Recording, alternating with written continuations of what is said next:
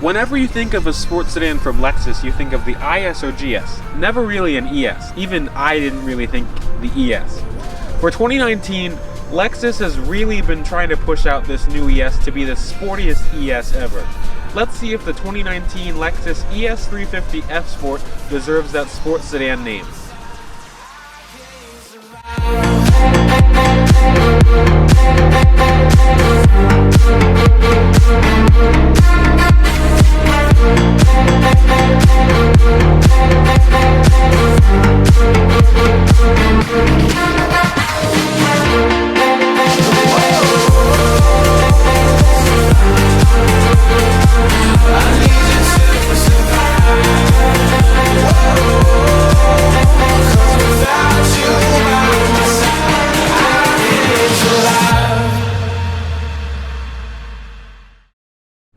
Now, starting out in the front of the ES, it's completely new for 2019.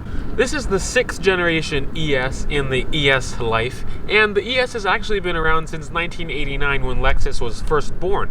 So for 2019, like I said, Lexus completely redid the ES, and I really think that they did a beautiful job. I think the 2019 ES is one of the most beautiful mid-size sedans that you could find in the market today.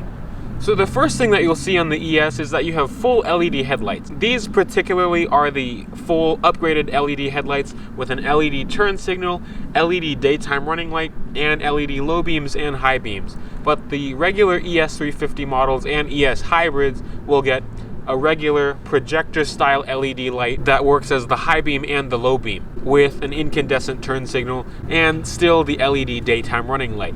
But I really like the design of these lights, and Lexus really put a lot of thought into these lights, I can tell, by even putting little Lexus emblems on the lights themselves and just the way how the lights look 3D, and I really think they did a good job on the lights.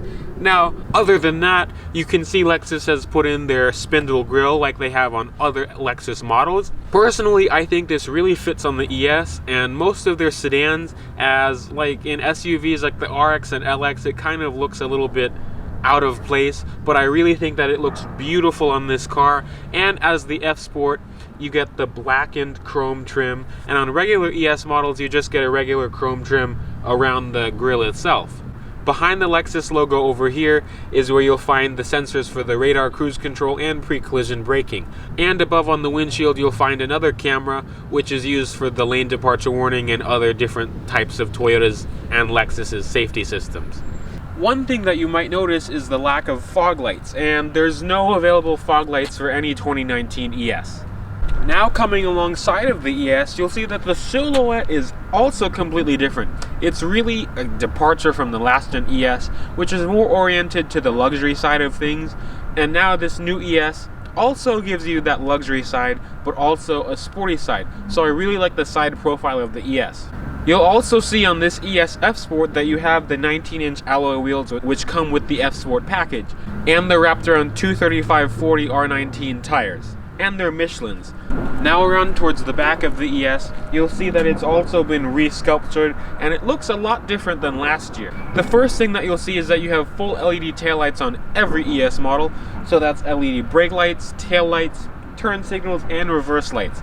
I really appreciate Lexus doing this because it just looks a lot better, and they're brighter, so they tend to be a lot more safer than regular incandescent bulbs. I also really like that you have a 3D looking design on the taillight itself, and it also has the Lexus L, which most other Lexuses do have, but it just really looks cool, all the little designs that Lexus put into it. I also like that on the ES F Sport you get this lip spoiler, which actually adds a lot on the looks department for me.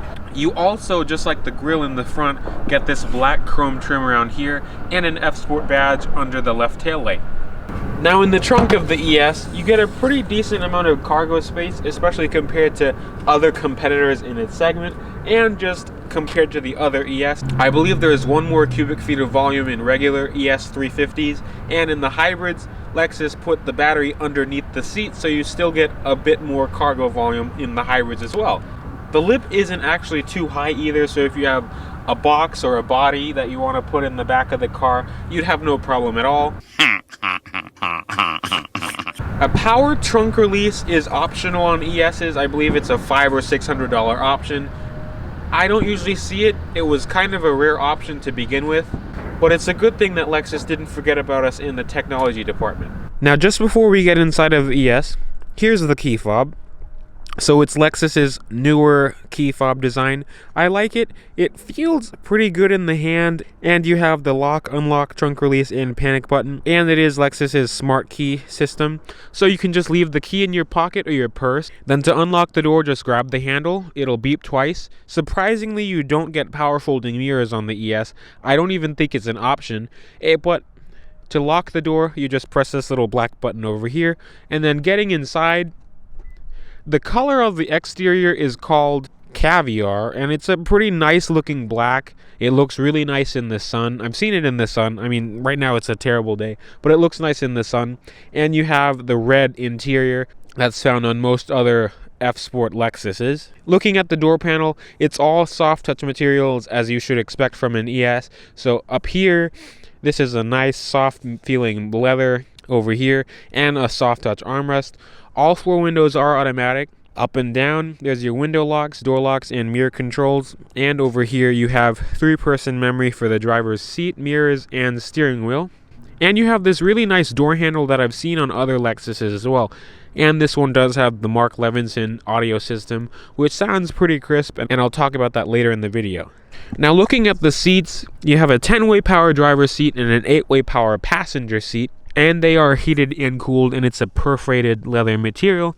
The seats are actually pretty supportive. I'll also talk about those later in the video, but it's a nice red and black, and you have F-Sport embroidered into the seat there as well. And also, just before we get inside, right here is a button for the heads-up display. This is just a little storage cubby right here. There's the control switch for the power adjustable steering wheel. This is the brightness for the gauges and the trip computer button right there. And down here is the fuel release and the trunk release, and also the hood release. Okay, so inside of the ES350, the first thing that I noticed personally is how nice the interior looks. This 12-inch display over here, just all the buttons and just everything, you just get a really high-quality vibe from the ES.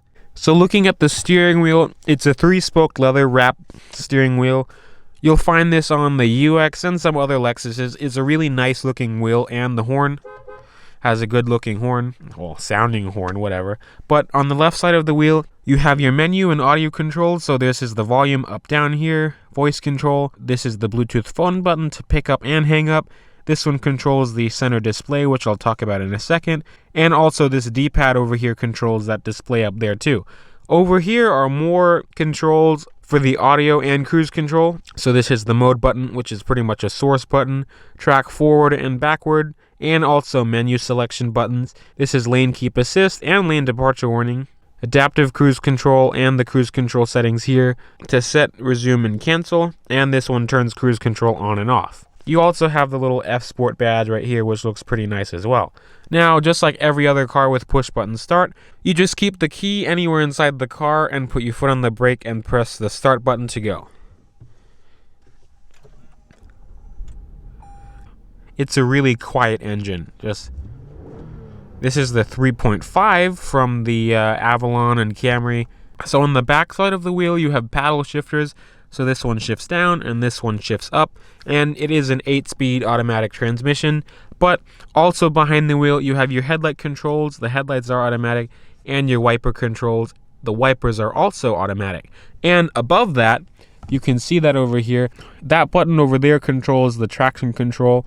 So all you do is just click it in and out, and then the dial on the right controls the drive modes. So all you have to do is just click up for sport, in for normal, and down for eco. And you'll also see that on the LS and LC, and I'm pretty sure it's moving on to other Lexus products in the future, like the RX and other models like that. Looking at the gauges, this is Lexus's typical gauge setup for F-Sport models, so it does move and look pretty cool.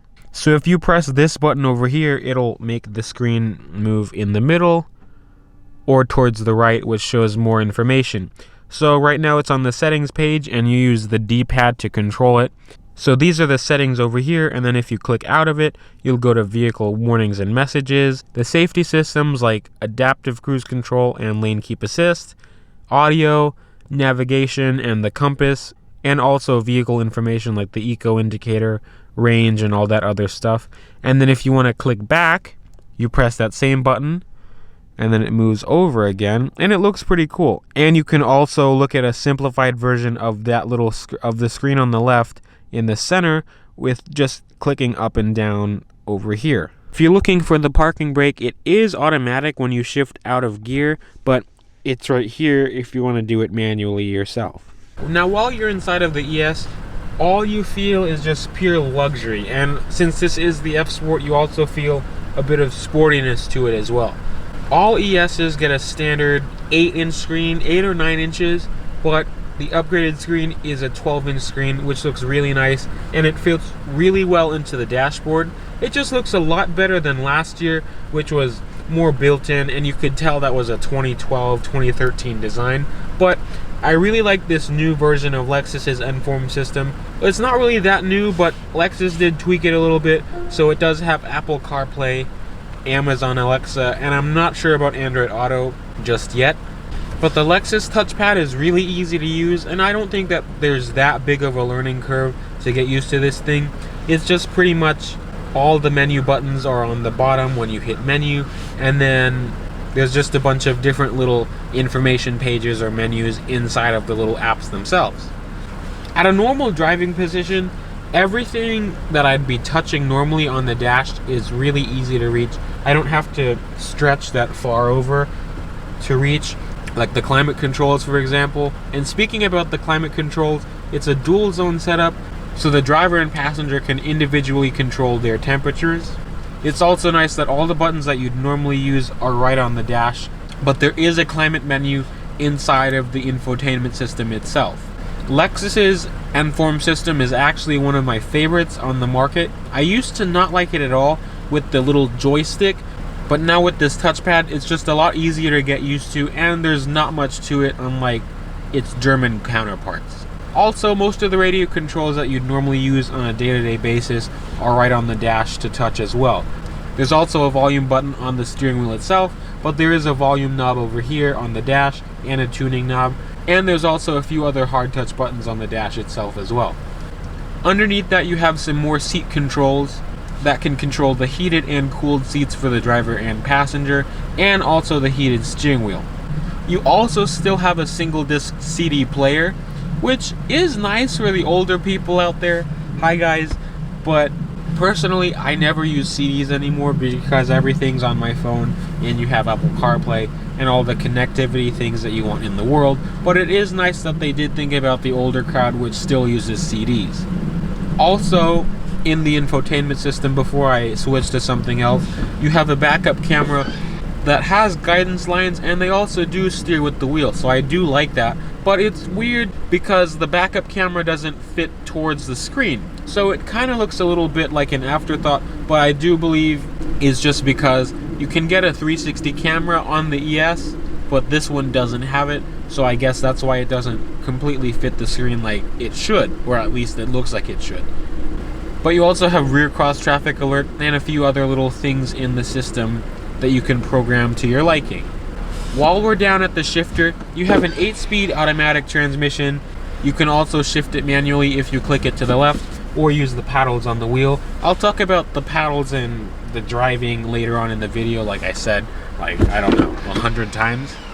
In front of the shifter, you have a little cup holder right there, which is pretty shallow, but it is, I guess, medium-sized, and a little place that you could slide your phone in. It actually fits my phone pretty well. It looks like it is removable as well, so that's nice.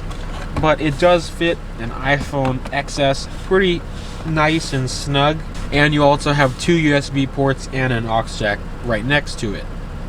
Now, looking at the center console, it opens both ways, so as the driver, I can open it on my side, and the passenger can also open it on their side as well.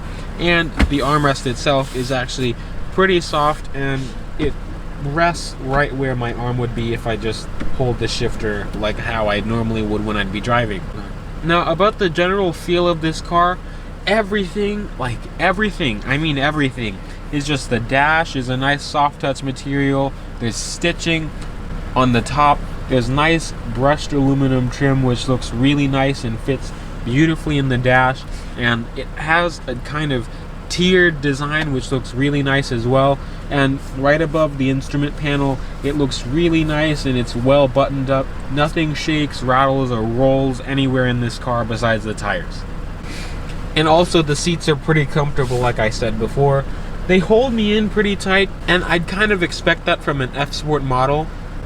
But even if they hold me pretty tight and I'm a larger person, I'm pretty sure these seats should fit pretty much every size of person.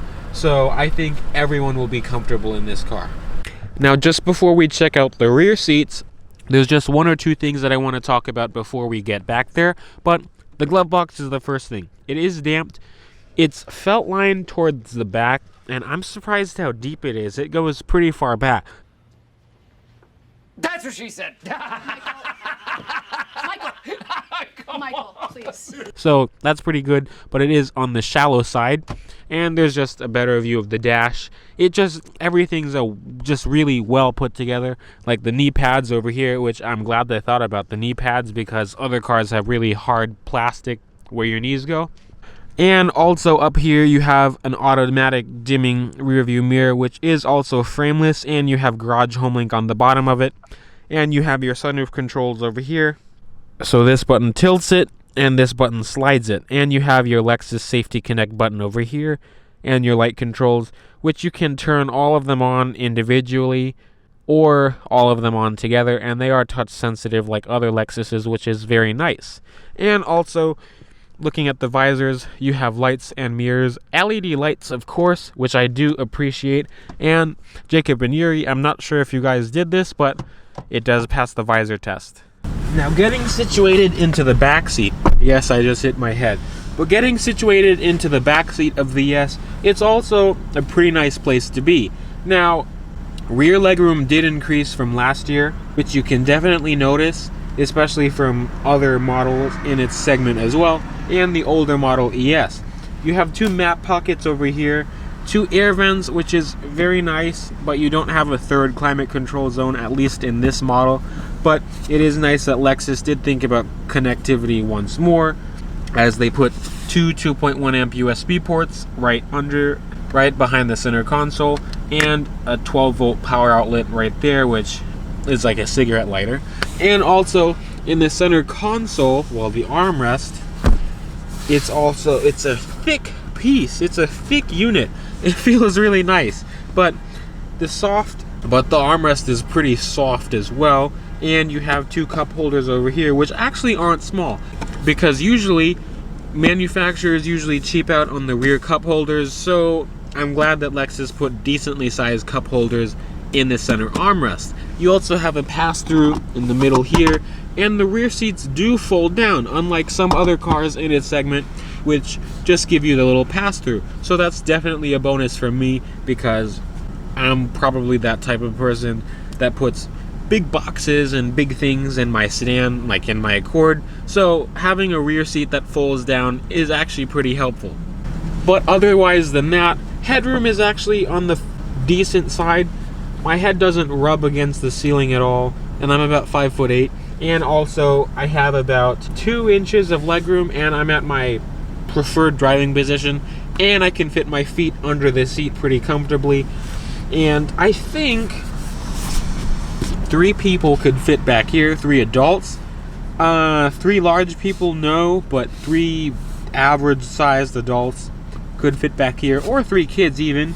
The center hump isn't too big either, so I think the packaging in the back of this car is actually pretty good. You also have latches for baby seats in the back seat, so you could fit 3 baby seats in the middle.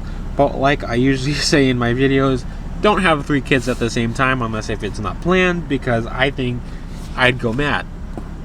Now, under the hood of all ES350s is this 3.5 liter port and direct injected V6 that you'll find in the Toyota Avalon, Camry, and some other Toyota and Lexus products. But one difference from the Avalon to this car is that this car has more power. But funny as it sounds, you just get 1 more horsepower. Why 1? I don't know. That's just like the Toyota Corolla hatchback and the Lexus UX. You just get 1 more horsepower. I don't know if that makes a difference, but I guess we'll see later. But this engine makes 302 horsepower and 267 pound-feet of torque. Those are pretty healthy numbers. And this car is actually decently quick, and I'll talk about that later on in the video. But as for fuel economy, this thing is rated for 21 in the city, 31 on the highway, and a combined rating of 25. Those are also pretty decent numbers considering the performance of this car. And this car is mated to an 8-speed automatic transmission that Toyota uses in their other products as well. And it's a pretty reliable transmission, at least compared to the ZF 9-speed and some other transmissions around the market. So let's hear how this thing sounds.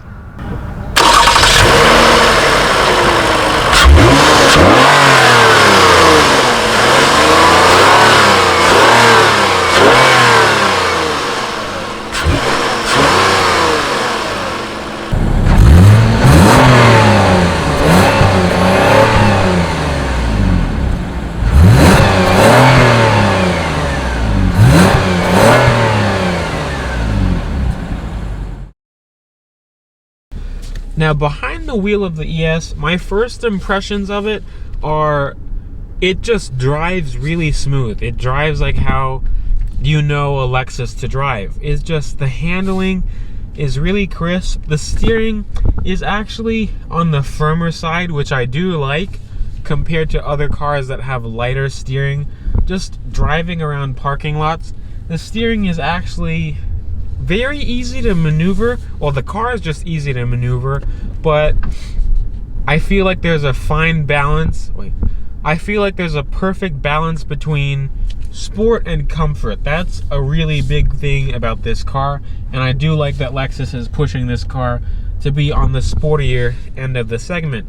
Now, this car is front-wheel drive, and that is definitely one problem that I have with it, because I personally feel like this car has a little bit too much power for the front wheels, and it is wet today, so I have to be a little bit careful just because it's snowing.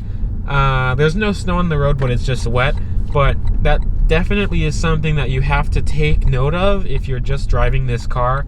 Now, the brakes feel pretty good, and throttle response I'm in sport. So throttle response in normal mode, it's actually pretty decent. Now, I'm familiar with the Camry V6 and the Avalon V6, and those things like to burn rubber even when you're not trying to. And that's just one problem of high power front wheel drive cars. But we're gonna see how this thing does on the highway. So yeah. But just driving around in the city, you just feel really nice and comfortable. You just have an added security of being comfortable. I'm gonna put the car into sport mode with traction control on because this thing is gonna go wild. Oh gosh. There's a lot of traffic. Okay, now let's see. Okay, let's start in first gear.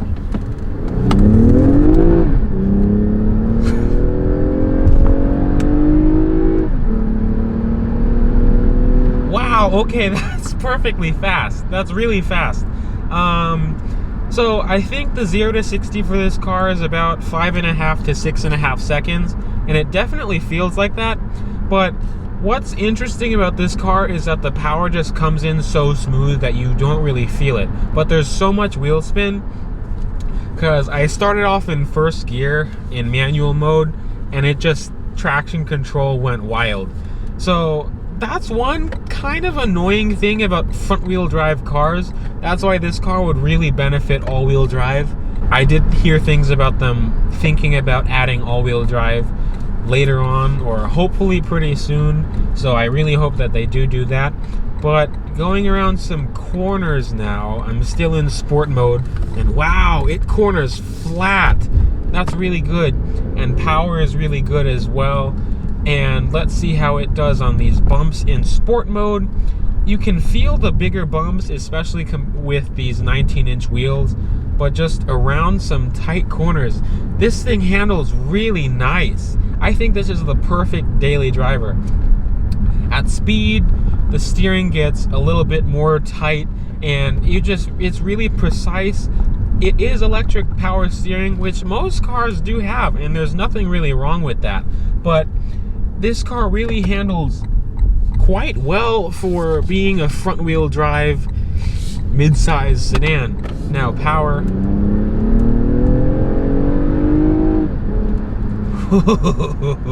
Okay, wow, that's good. And this car, it's really so smooth that you don't feel the power coming in, which sometimes it's a good thing, sometimes it's a bad thing, that you might get speeding tickets, but this car definitely is fun. And the 2GR V6 under the hood of this car really makes it a good time. But if I put myself in normal mode, well, now I guess I put myself in eco,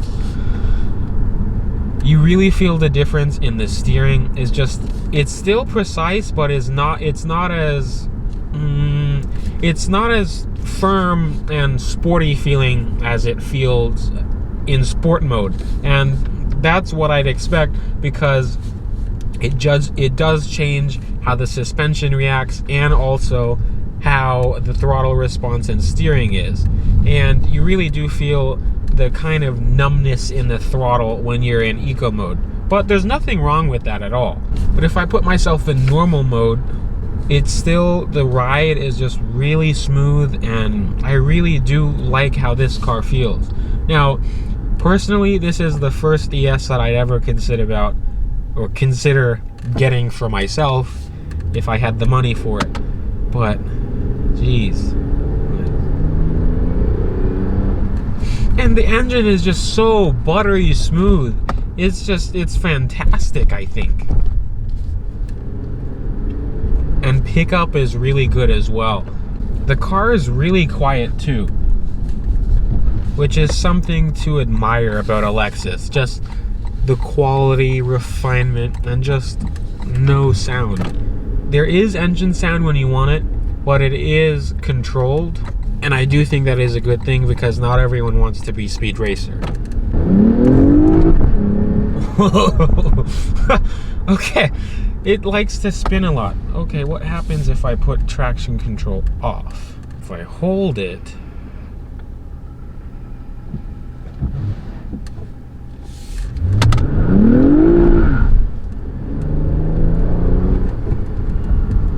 this thing likes to spin. I mean, like, this car really needs all-wheel drive.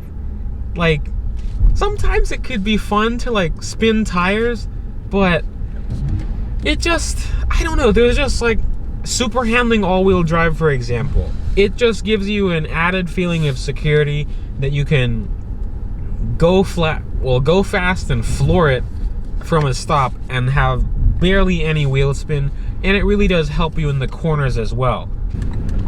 Road noise isn't that intrusive, even with these bigger low-profile tires. On some rough pavement, you do hear road noise a little bit, but it's not like eardrum rattling or whatever.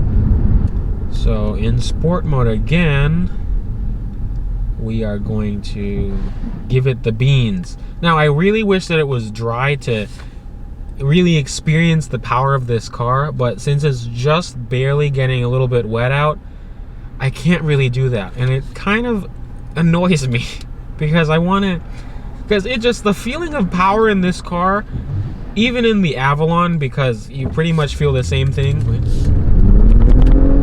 There's wheel hop.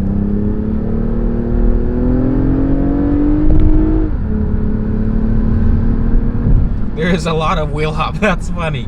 But this car really just like takes you away. It's really nice. I like it a lot. Now, we're gonna get on a little twisty road here.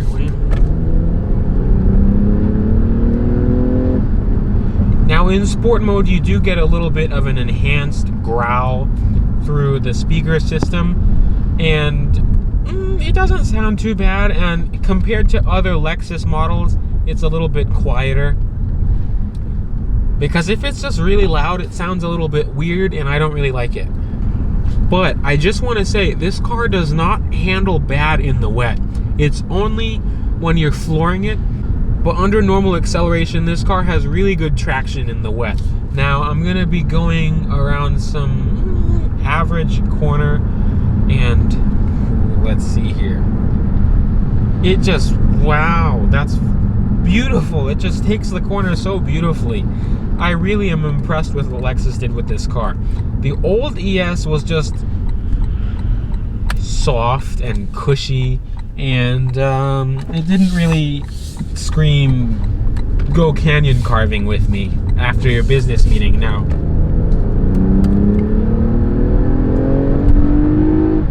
there's not that much torque steer either.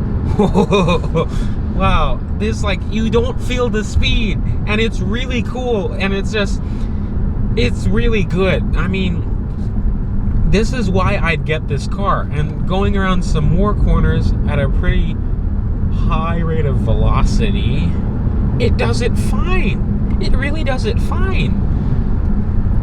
I'm, like, thoroughly enjoying this car. I mean, I knew I'd have fun with this car because I've just seen from other people's experiences with this new ES, but this is like 8.5 out of 10 for me. If it had all-wheel drive, and if it had a little bit more of a growl, personally, this would be a 10 out of 10 car for me. I want to try it in manual mode.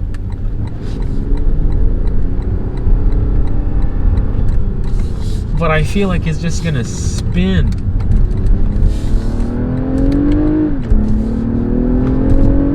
There is some wheel spin. I mean, torque steer. Holy Jesus! Wow, my God. Wow. This car is fast. Like, when I say this car is fast, it's fast. And it's like, the ES has always been, like, even the last gen ES, it's really been, I don't know why I'm talking so loud, but it's really been an underrated performance car. I mean, especially this one. So I personally think that when people call this a sports sedan, I think it's worth the name. But it would be nice if it was all-wheel drive or rear-wheel drive, but that is why we have the IS or the GS. Now at 76 miles an hour, 76, there is a bit of wind noise, but it is windy outside. I don't hear any whistling at all, and it's just so smooth. I mean, I can't get over how smooth this car is. It's just well buttoned down.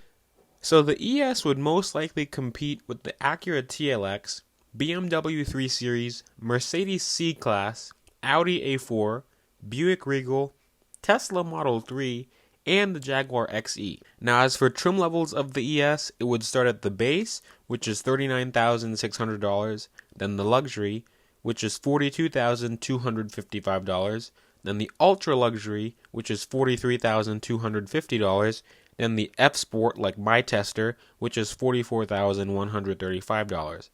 And then for the hybrids, which is a 2.5 liter 4-cylinder and the hybrid, that base price is $41,410. Then for the luxury, it's $44,065. Then the ultra luxury is $45,060.